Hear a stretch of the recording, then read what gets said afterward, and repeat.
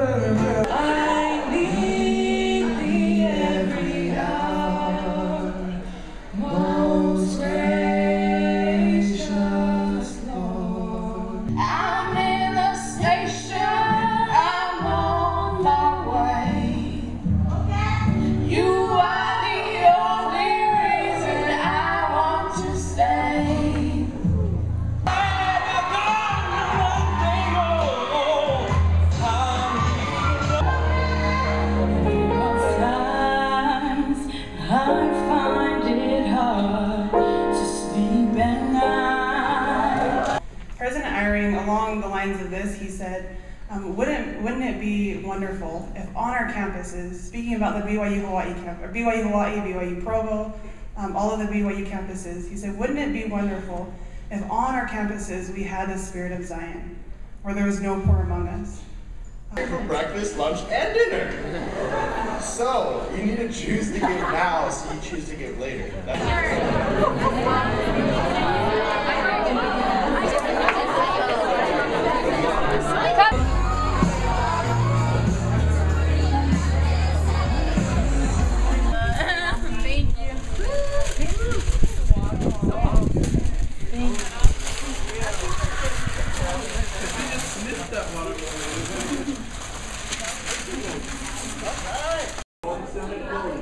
I mean, I've got a big stomach, a big mouth, and the desire to win. That's all you need to eat pie.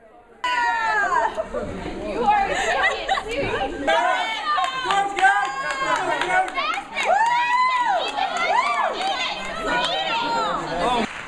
October 11th, the community of Alaka'i and BYU Hawaii students were treated to a presentation on our economy. Really coming just because, number one, I don't understand economics too well, so I figured it'd be better if someone were to tell me about it. I just figured that seeing as how the world's going to continue going down before it starts going up anytime soon, I should at least try and pretend to know what's going on. What I expect to learn is how the economy applies to me and how I can use the economy to further myself. Especially being a college student, you know, the economy has a lot to do with my future, you know, my future job, my future family. I think it's really important that college kids educate themselves about the economy so that they can make the right choices for themselves and their future families. Professor of Political Science Troy Smith expounded on the history of the U.S. national debt and the projections of the economic future if the current trends continue. That's not enough to scare you a little bit. Let me show you another chart. Professor of Economics and Finance, Carrie Wasden, also alerted the audience to the reality of our national debt and what it could mean to us. After the presentations, Professor Smith and Wasden joined a panel of experts with Professors Rand Blimes, Beth Haynes, and Aaron Frederick. The audience members were given the opportunity to pose questions regarding the presentation and the state of the economy in general. What I took from it and what I got out of it was just some self-reflection. After the numbers and the facts were presented, I sat there and I realized, how big do I want the government to be? And what am I going to value as far as entitlements and as far as where we should be raising taxes and where we should be cutting back from the deficit, and the proper order and the proper balance of government. That's kind of what it got me thinking about During the open forum, some of those questions were addressed, and I felt like a lot of the answers that were given were satisfactory, although I would still like to learn more and do some more delving into the subject.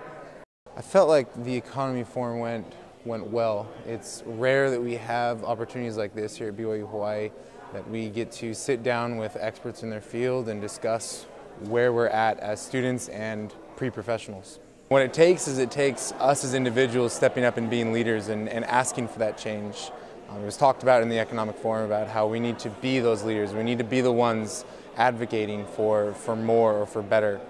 And that's what it's going to take. It's going to take us being the people that stand up and say, we want something different and we need to be on the right track. So lead out, wherever you are. Lead out, take the discussion to your friends, to your community, to your culture, and fix those things first, and the rest will take care of itself. Bye. On Tuesday, Terry Thompson, 62, threw open the cages of his animal preserve and committed suicide. The exotic animal owner had dozens of lions, tigers, and other beasts. Deputies killed 48 of the animals, including 18 rare Bengal tigers, 17 lions, and 8 bears, in a hunt across the Ohio countryside that lasted nearly 24 hours. Only a monkey was still missing, and it was probably killed by one of the big cats.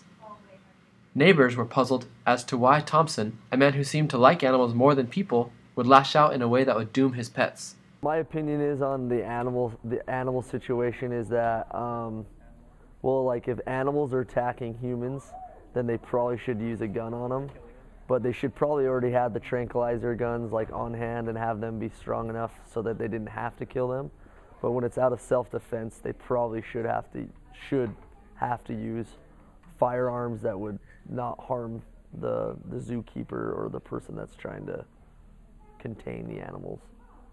I think it's obviously more important that animals die than one human be injured, but that doesn't mean they can't take stronger precautions for having measures for whatever they need to do to prevent them from having to be killed. You know, if they can trank them, then they should try to do that first, I guess. They shouldn't have shot the animals, that's for sure. I think it was probably easier for them to deal with it by shooting him so they wouldn't have to deal with like transporting him and stuff. The better thing to have done was to like wait for someone who knew how to deal with it, like contain the animals and stuff.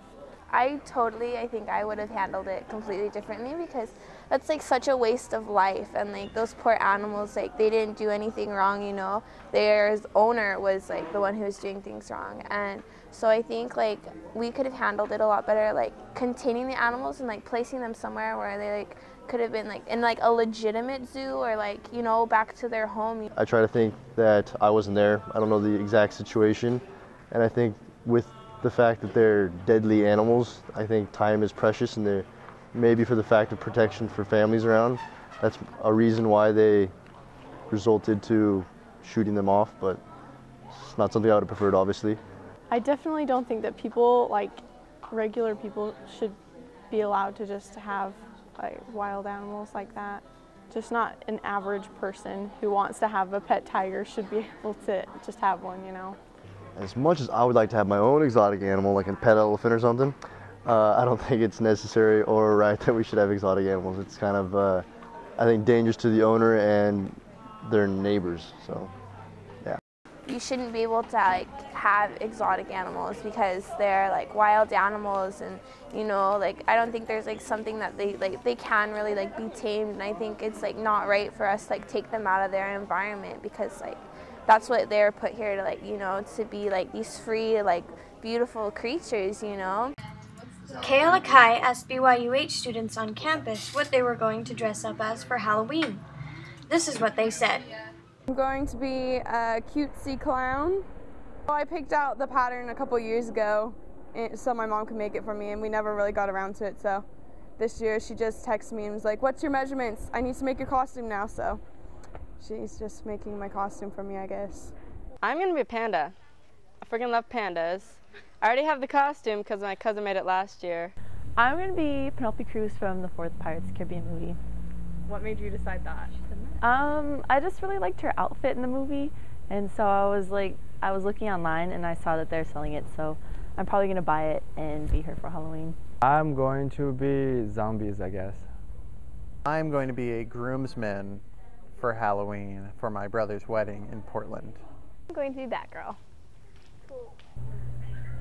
Maybe military, like soldier. Star Wars, yes. The guy with the red face, but I'm not sure if it's allowed on campus, so I'm just deciding on that one. Yeah, I don't like Halloween. We also asked them what they thought would be the most popular costumes this year. The most popular Halloween costume, I don't really know. Probably like, I guess pirates are sort of in. That's like a classic. Everyone does pirates because it's easy. I think Jack Sparrow is being a popular one. Probably Paris. A missionary. Robots. Maybe the mask only, like the guy with the mask. What is that? Jason? Oh. Yeah. Put balloons around them and they like taped it around them. Yeah, I don't know if that's a costume, but just running around with balloons around them and like there's like all these weird writings on them and they just run around like balloons. Waldo? I've heard a lot of people say they want to be Waldo. Where's Waldo? The top 4 costumes for this year, according to About.com, were number 1, Harry Potter costumes, number 2, cowboy costumes, number 3, pirate costumes, and number 4, princess costumes. Thank you for watching. For more information, you can visit our website, kalaka'i.byuh.edu. Have a great week.